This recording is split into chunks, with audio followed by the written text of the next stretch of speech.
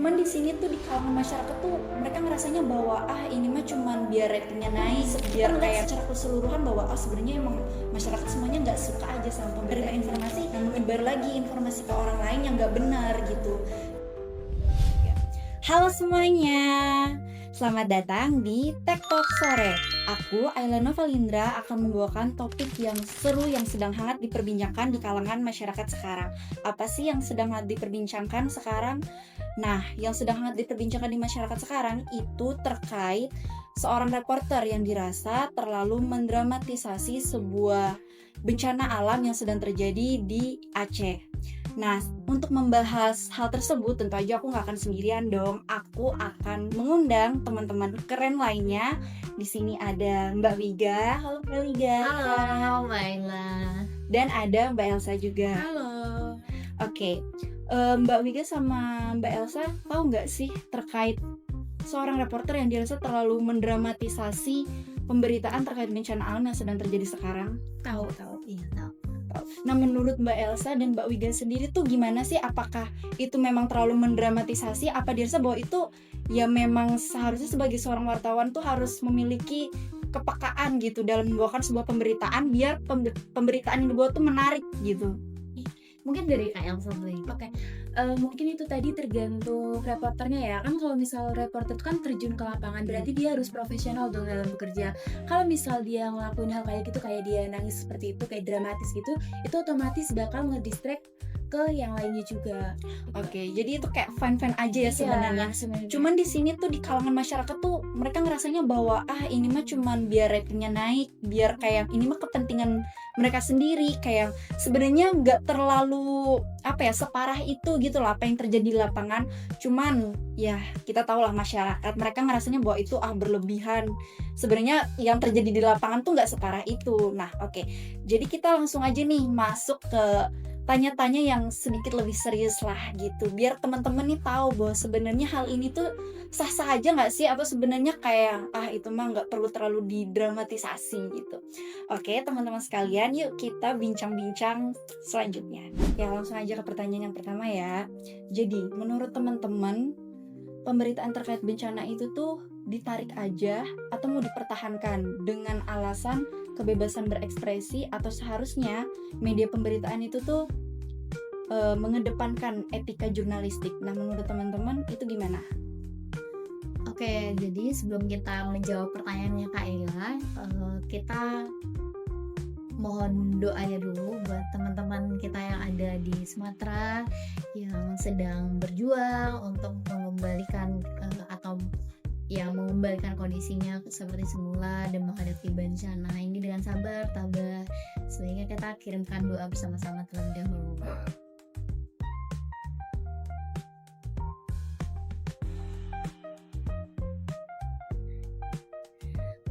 Oke, sebelumnya teman-teman kita kan udah tahu postingan CNN itu di pekan lalu ya Kak? Iya. Nggak salah. Nah, itu tuh sebenarnya sebagai jurnalistik harus secara profesional untuk memberitakan sebuah berita. Artinya apa? Kalau misalkan kita menunjukkan emosi kita, masyarakat kompleks yang menjadi segmentasi dari media tersebut itu tuh kompleks juga responnya. Jadi akan ada ketimpangan maupun ketidakobjektifan pada akhirnya dalam menilai sebuah pemberitaan yang pada akhirnya fokus kepada emosional tersebut. Nah, hal ini tentunya nggak baik ya teman-teman semua, apalagi terkhusus untuk jurnalistik itu sendiri.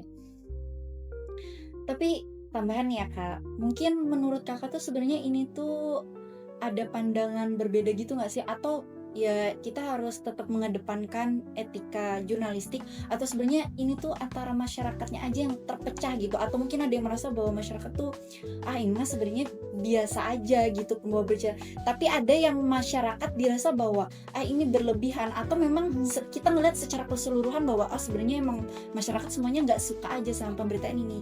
Nah, menurut Kakak apakah kita melihat secara keseluruhan atau secara pribadi dari masyarakat itu? Kalau sebagai media yang besar itu alangkah baiknya kita mempertimbangkan semuanya ya kan. Karena ya tadi ada sebuah pemikir nih. Kita masuklah di pembahasan agak serius sedikit ya.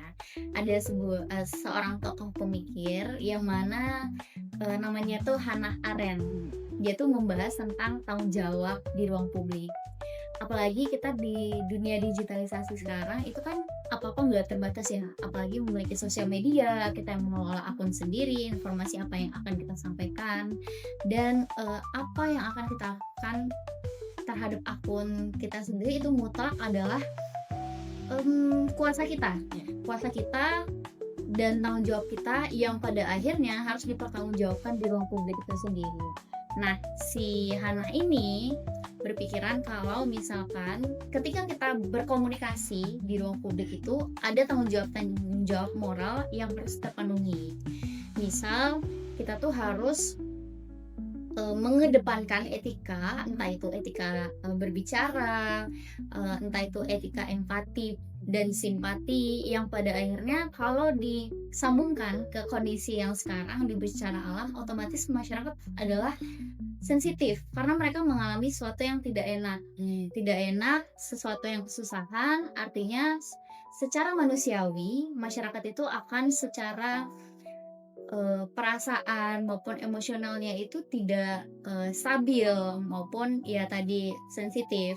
Artinya ketika kita mengelola sebuah media sosial, apalagi dalam cakupan media yang besar dan terkenal seperti CNN itu, menurut saya pribadi alangkah baiknya kita tuh tidak mengedepankan satu sisi saja, karena setelah pemilu apalagi dan kemarin abis demo segala macamnya itu kepercayaan masyarakat terhadap pemerintah pun juga menurun, apalagi ditambah pemberitaan yang sensitif dan simpang siur yang pada akhirnya masyarakat itu jadi menghujat pemerintah maupun pihak-pihak yang pada akhirnya sebenarnya sudah membantu di bencana itu, tapi setelah didramatisasi jadinya mereka nggak lagi fokus kepada penyelesaian masalah, tapi fokus kepada siapa yang salah pada akhirnya, siapa yang harus disalahkan, siapa yang bertanggung jawab.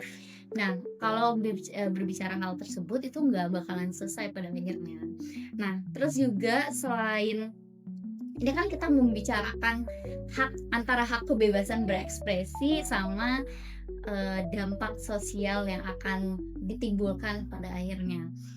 Kalau hak, menurut saya pribadi, hak itu ada 3 aturan hak. 1, hak itu ya mutlak punya kita yang atur segala macamnya, tapi hak tersebut itu bisa dibatasi pada akhirnya. Gimana membatasinya? Pertama, kalau hak itu berbahaya buat kita. Kedua, hak tersebut ketika kita gunakan berbahaya untuk orang lain, maupun ketiga, ketika hak tersebut itu berpotensi berpotensi berbahaya di kemudian hari, gitu Pak. Jadi kalau kita mau media sosial tapi kita tidak menyaring saring dalam postingan maupun apa yang kita ketik, apa yang kita like dan sebagainya, itu juga merupakan hal yang harus dibatasi dalam konteks ketika hal-hal tersebut ya ketiga hal yang sudah disampaikan tadi.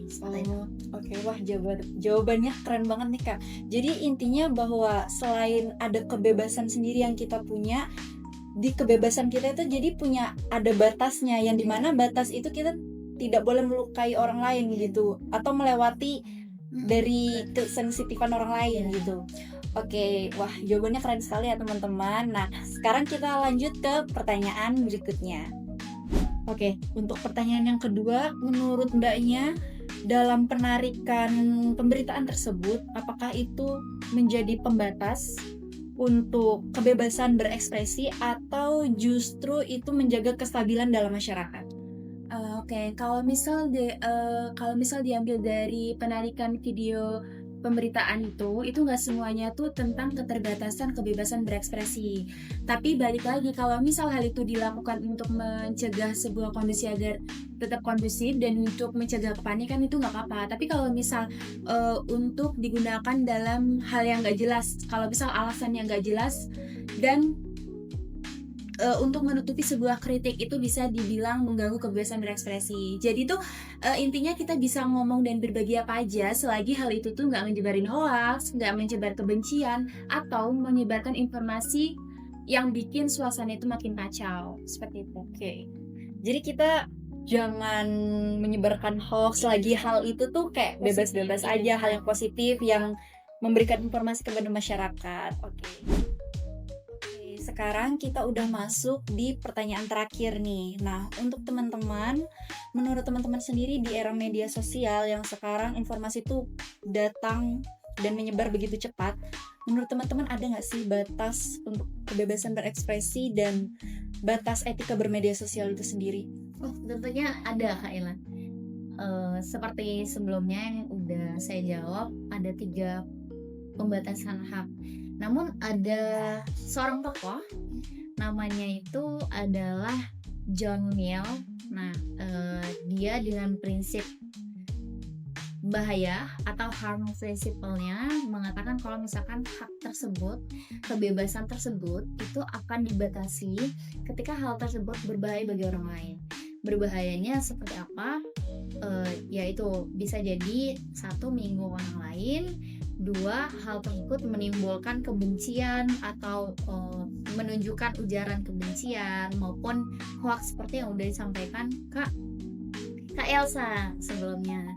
Nah, tapi hal tersebut nggak apa-apa dibatasi ketika hal tersebut. Tapi kalau misalkan nggak ada alasan nih, atau semata-mata untuk membatasi kritik saja, itu adalah hal yang salah.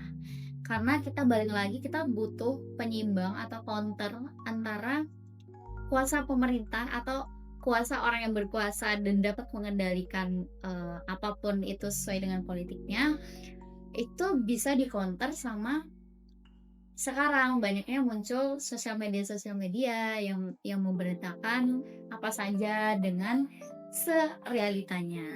Seperti itu. Oke, mungkin ada tambahan. Itu juga termasuknya tuh ada sebuah pasal yang menyatakan bahwa seseorang yang menyebarkan hoax tuh bakal ada dikenai pasal gitu. Kalau nggak salah, ini nggak apa-apa ya baca ya? Ya, oke, nggak apa-apa. Kalau nggak salah itu tentang Undang-Undang Nomor 1 Tahun 1946 yang mengenai Peraturan Hukum Pidana Pasal 15 yang berbunyi, barang siapa menyiarkan kabar yang tidak pasti atau kabar yang berlebihan atau yang tidak lengkap, sedangkan dia mengerti setidaknya patut dapat menduga bahwa kabar demikian akan atau sudah dapat menerbitkan kesonoran. Jadi itu tadi, kalau misal kita mau nyebarin hoax atau mau nyebarin informasi yang kurang jelas, lebih baik kita baca dulu sebelum orang lain tuh mendengar atau mengetahui informasi tersebut. Seperti itu. Oke. Keren banget jawaban dari kakak-kakaknya di sini. Nah, itu dia teman-teman. Jadi kita itu bukan hanya kita yang punya media sosialnya aja yang harus bijak menggunakannya, tapi kita sebagai penerima informasi pun tuh harus dengan bijak, teman-teman. Jangan informasi itu ditelan mentah-mentah gitu aja, jadi kita kemakan hoax. Nah, kita lagi nih sebagai penerima informasi nyebar lagi informasi ke orang lain yang nggak benar gitu. Jadi teman-teman tuh harus dilihat bener-bener dulu, ini bener nggak apa realita yang terjadi di lapangan begitu. Jangan mudah terpengaruh pokoknya itu. Jangan ya teman-teman, itu nggak baik. Saling menyebarkan kebohongan tuh nggak baik. Nah, oke teman-teman, kita udah di penghujung acara sekarang, penghujung podcast dari TikTok Sore. Salah. Oke, kita udah. Nah, teman-teman, sekarang kita udah di penghujung acara podcast dari TikTok Sore. Aku berterima kasih sama Mbak-mbak yang ada di sini, keren-keren banget. Sampai jumpa di TikTok Sore selanjutnya. Dadah.